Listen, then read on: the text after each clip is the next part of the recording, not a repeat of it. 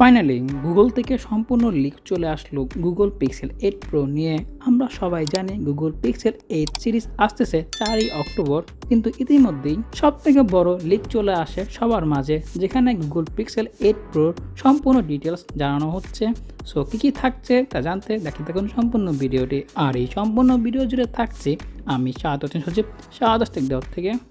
গুগলের ওয়েবসাইট থেকে এই লিকগুলো বের হয়, যেখানে আমরা দেখতে পাচ্ছি গুগল পিক্সেল 8 প্রো 3টি কালার, ব্লু, ব্ল্যাক এবং হোয়াইট কালার। এবারে গুগলের 8 প্রোতে থাকছে নিউ ডিজাইন, যেখানে ব্যবহার করা হয়েছে NFC চিপসেট পিছনে থাকছে। তাছাড়া পিছনে আরও থাকছে টেম্পারেচার সেন্সর এবং এলইডি ফ্ল্যাশ।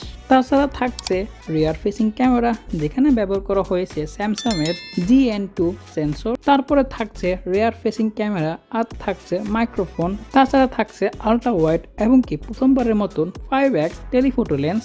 আর সাইড ফ্রেমের কথা বলতে গেলে অ্যাজ ইউজুয়াল পিক্সেলের মতনই থাকছে ভলিউম বাটন এবং পাওয়ার বাটন সেম জায়গায়।